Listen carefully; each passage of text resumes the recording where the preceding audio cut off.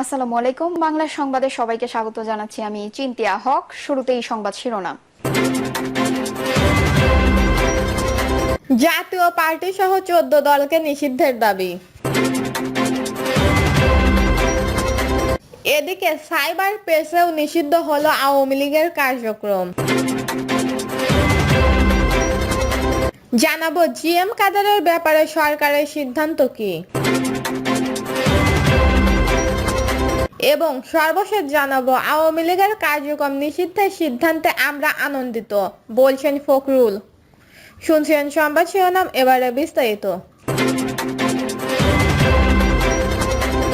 জাতীয় পার্টি সহ 14 দলকে নিষিদ্ধের দাবি। গণহত্যায় অভিযুক্ত আওয়ামী লীগের নেতৃত্বাধীন 14 দলীয় জোটের অন্তর্ভুক্ত বাকি 13 দল ও জাতীয় পার্টিকে নিষিদ্ধের দাবি জানিয়েছেন গণ অধিকার পরিষদ। তিনি লেখেন, আওয়ামী লীগের জোট সঙ্গী 14 দল ও জাতীয় পার্টিকে নিষিদ্ধ এবং জিএম কাদের সহ জাপার শীর্ষ নেতাদের গ্রেপ্তারের দাবি গণ অধিকার পরিষদের। প্রসঙ্গ, ছাত্র জনতার তীব্র আন্দোলনের মুখে শনিবার রাতে উপদেষ্টা পরিষদের বৈঠকে গণহত্যার অভিযুক্ত আওয়ামী লীগের কার্যক্রম নিষিদ্ধ করার সিদ্ধান্ত নেওয়া হয়েছে। এই বিষয়ে পরবর্তী কার্যদিবসে প্রজ্ঞাপনা জারি হবে বলে সরকারের পক্ষ থেকে জানানো হয়েছে। সাইবার স্পেসেও নিষিদ্ধ হলো আওয়ামী লীগের কার্যক্রম। ছাত্র জনতার তীব্র আন্দোলনের মুখে গত বছরের 5 আগস্ট শেখ হাসিনা সরকার ও তার দল আওয়ামী লীগ ক্ষমতাচ্যুত হলেও দলটি এতদিন তার রাজনৈতিক কার্যক্রম চালিয়ে আসছিল সাইবার স্পেস ব্যবহারের মাধ্যমে। এবার সেটিও বন্ধ করে দিল অন্তর্বর্তী সরকার। সাইবার স্পেসেও নিষিদ্ধ হয়েছে আওয়ামী লীগের সকল কার্যক্রম। উপদেষ্টা আসিফ তার ফেসবুকে লেখেন, উপদেষ্টা পরিষদ বৈঠকে আন্তর্জাতিক অপরাধ ট্রাইব্যুনাল বাংলাদেশে আওয়ামী লীগ ও তার নেতাদের বিচার কার্যক্রম সম্পূর্ণ না হওয়া পর্যন্ত দেশের নিরাপত্তা ও সার্বভৌমত্ব রক্ষা, জুলাই আন্দোলনের নেতা কর্মীদের নিরাপত্তা এবং আন্তর্জাতিক অপরাধ ট্রাইব্যুনালের বাদী ও সাক্ষীদের সুরক্ষা করার জন্য সন্ত্রাস বিরোধী আইনের অধীনে সাইবার স্পেস সহ আওয়ামী লীগ এবং যাবতীয় কার্যক্রম নিষিদ্ধ করার সিদ্ধান্ত গ্রহণ করেছে। এর আগে ফ্যাসিস্ট বিরোধী তীব্র আন্দোলনের মুখে গতকাল শনিবার রাষ্ট্রীয় অতিথি ভবন যমুনায় উপদেষ্টা পরিষদের জরুরি বৈঠক শেষে বিচার শেষ না হওয়া পর্যন্ত আওয়ামী লীগের সকল কার্যক্রম নিষিদ্ধের সিদ্ধান্ত জানান সরকার। এবার সাইবার স্পেস ব্যবহারে নিষিদ্ধ হলো দলটি। জিএম কাদেরের ব্যাপারে সরকারের সিদ্ধান্ত কি? জাতীয় পার্টির চেয়ারম্যান জিএম কাদেরের ব্যাপারে অন্তর্বর্তী সরকারের সিদ্ধান্ত জানতে কি তা নিয়ে প্রশ্ন তুলেছেন জাতীয় নাগরিক পার্টির যুগ্ম মুখ্য সংগঠন আব্দুল হান্নান মাসুদ। পোস্টে হাসনাত মাসুদ লেখে, হে ইন্টারিম দিল্লির গোলাম জিএম কাদেরের ব্যাপারে আপনাদের সিদ্ধান্ত কি? পরে আবার ছাত্র জনতার প্রতিরোধক মব বলতে যায়েন না। এদিকে রোববার এক সংসদ সম্মেলনে জাতীয় পার্টির নিবন্ধন বাতিলের দাবি জানিয়েছেন গণ অধিকার পরিষদ। দলটি সোমবার নির্বাচন কমিশন আওয়ামী লীগ ও জাতীয় পার্টির নিবন্ধন বাতিল চেয়ে লিখিত অভিযোগ দেয়। জাতীয় পার্টি 2008 সালের নির্বাচনে আওয়ামী লীগের সঙ্গে মহাজোট গঠন করেন এবং 2014, 2018 ও 2024 সালের বিতর্কিত নির্বাচনকে বৈধতা দিতে বিরোধী দল হিসাবে সংসদে যায় দলটি।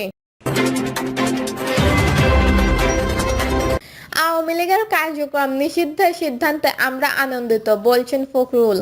বিচার কাজ সম্পূর্ণ না হওয়া পর্যন্ত আওয়ামী লীগের যাবতীয় কার্যক্রম নিষিদ্ধ করার সিদ্ধান্ত সঠিক বলে উল্লেখ করেছেন বিএনপির মহাসচিব মির্জা ফখরুল ইসলাম আলমগীর। তিনি বলেন, বিলম্বে হলেও অন্তর্বর্তী সরকার ফ্যাসিস্টবাদী সরকারের সাথে যুক্ত ব্যক্তিদের মানব বিরোধী অপরাধের বিচার দ্রুত করা এবং বিচার কার্য নিঘিন্ন করার সাথে ফ্যাসিস্টবাদী দল আওয়ামী লীগ ও তার সঙ্গে যুক্ত সকল সংগঠনের কার্যক্রম বন্ধ রাখার সিদ্ধান্ত নিয়েছে।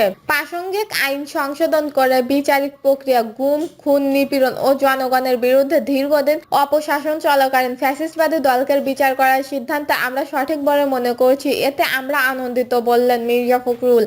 বিবৃতিতে মির্জা ফখরুল বলেন, চলতি বছরের 10 ফেব্রুয়ারি প্রধান উপদেষ্টার সঙ্গে সাক্ষাৎকারে তার হাতে দেওয়া পত্রে গণহত্যা ও মানব বিরোধী অপরাধের দায়ে আওয়ামী লীগকে রাজনৈতিক দল হিসেবে বিচারিক প্রক্রিয়া নিয়ে আসার দাবি জানিয়েছেন। গত 16 এপ্রিল প্রধান উপদেষ্টার সাথে সর্বশেষ সাক্ষাৎকারে তার হাতে দেওয়া পত্রে আমরা পতিত ফ্যাসিস্টবাদী দল ও সেই দলের সরকারের সাথে যারাই যুক্ত ছিল তাদের বিচার দ্রুত করে দেশের রাজনৈতিক ময়দানকে জঙ্গলমুক্ত করার দাবি জানিয়েছিলেন। বিএনপির মহাসচিব আলু বলেন, আলোচনায় আমরা স্পষ্ট করে বলেছি যে আইনি প্রক্রিয়াতেই ফ্যাসিস্টবাদী দল আওয়ামী লীগের নিষিদ্ধ করা সম্ভব ও উচিত।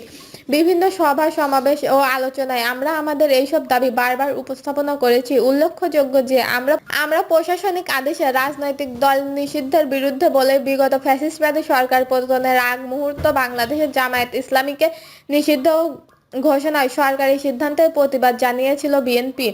আমরা আনন্দিত যে বিলম্বে হলেও গতকাল অন্তর্বর্তী সরকার ফ্যাসিস্টবাদী সরকারের সাথে যুক্ত ব্যক্তিদের মানব বিরোধী অপরাধের বিচার দ্রুত করার এবং বিচার কার্য নির্বিঘ্ন করার স্বার্থে ফ্যাসিস্টবাদ দল আওয়ামী লীগ এবং তার সঙ্গে যুক্ত সকল রাজনৈতিক বন্ধ করার সিদ্ধান্ত নিয়েছেন। প্রাসঙ্গিক আইন সংশোধন করে বিচারিক প্রক্রিয়ায় গুম খুন নিপীড়ন ও জনগণের বিরুদ্ধে দীর্ঘদিন অপশাসন চলাকালীন ফ্যাসিস্টবাদী দলের বিচার করার সিদ্ধান্ত আমরা সঠিক বলে মনে করি। তবে আমাদের দাবি মেনে আগেই এই সিদ্ধান্ত নেওয়া হলে চাপের মুখে ব্যবস্থা নেওয়ার মতো বিভ্রান্তিকর অবস্থা সরকারকে পড়তে হতো না। ভবিষ্যৎ কার্যক্রম পরিচালনায় অন্তর্বর্তী সরকার বিষয়টি সতর্কতার সাথে মনে রাখবেন বলে আশা করছি। দীর্ঘ 16 বছর ধরে ভোটাধিকার বঞ্চিত জনগণ তাদের ভোটাধিকার তথা গণতন্ত্র পূর্ণ প্রতিষ্ঠার লক্ষ্যে ফ্যাসিস্টবাদের পতনের জন্য গুম খুন জেল জুলুম সহ্য করেও অব্যাহত লড়াই করেছে। তাদের সেই দাবি এখনো অর্জিত হয়নি। আমরা প্রশাসনিক আদেশে রাজনৈতিক দল নিষিদ্ধের বিরুদ্ধে বলে বিগত ফ্যাসিস্টবাদী সরকার পতনের আগ মুহূর্ত বাংলাদেশের জামায়াত ইসলামীকে নিষিদ্ধ ঘোষণায় সরকারি সিদ্ধান্তের প্রতিবাদ জানিয়েছিল বিএনপি। আমরা আনন্দিত যে বিলম্বে হলেও গতকাল অন্তর্বর্তী সরকার ফ্যাসিস্টবাদী সরকারের সাথে যুক্ত ব্যক্তিদের মানব বিরোধী অপরাধের বিচার দ্রুত করার এবং বিচার কার্য নির্বিঘ্ন করার স্বার্থে ফ্যাসিস্টবাদ দল আওয়ামী লীগ এবং তার সঙ্গে যুক্ত সকল রাজনৈতিক বন্ধ করার সিদ্ধান্ত নিয়েছেন। প্রাসঙ্গিক আইন সংশোধন করে বিচারিক প্রক্রিয়ায় গুম খুন নিপীড়ন ও জনগণের বিরুদ্ধে দীর্ঘদিন অপশাসন চলাকালীন ফ্যাসিস্টবাদী দলের বিচার করার সিদ্ধান্ত আমরা সঠিক বলে মনে করি। তবে আমাদের দাবি মেনে আগেই এই সিদ্ধান্ত নেওয়া হলে চাপের মুখে ব্যবস্থা নেওয়ার মতো বিভ্রান্তিকর অবস্থা সরকারকে পড়তে হতো না। ভবিষ্যৎ কার্যক্রম পরিচালনায় অন্তর্বর্তী সরকার বিষয়টি সতর্কতার সাথে মনে রাখবেন বলে আশা করছি। দীর্ঘ 16 বছর ধরে ভোটাধিকার বঞ্চিত জনগণ তাদের ভোটাধিকার তথা গণতন্ত্র পূর্ণ প্রতিষ্ঠার লক্ষ্যে ফ্যাসিস্টবাদের পতনের জন্য গুম খুন জেল জুলুম সহ্য করেও অব্যাহত লড়াই করেছে। তাদের সেই দাবি এখনো অর্জিত হয়নি। গণতন্ত্র পূর্ণ প্রতিষ্ঠান সুনির্দিষ্ট রোডম্যাপ ঘোষণার দাবিও ক্রমাগত উপস্থিত হওয়া জনমতের যে ক্ষোভের সৃষ্টি হচ্ছে সে ব্যাপারে সচেতন হওয়ার জন্য অন্তর্বর্তী সরকারের প্রতি আহ্বান জানায় মির্জা ফখরুল। দর্শক, এই ছিল এখনকার সর্বশেষ নিউজটি ভালো লাগলে একটি লাইক করুন, কমেন্টে আপনার মতামত জানান এবং আমাদের পাশে থাকার জন্য বেল বাটনটি অন করে রাখুন। ধন্যবাদ।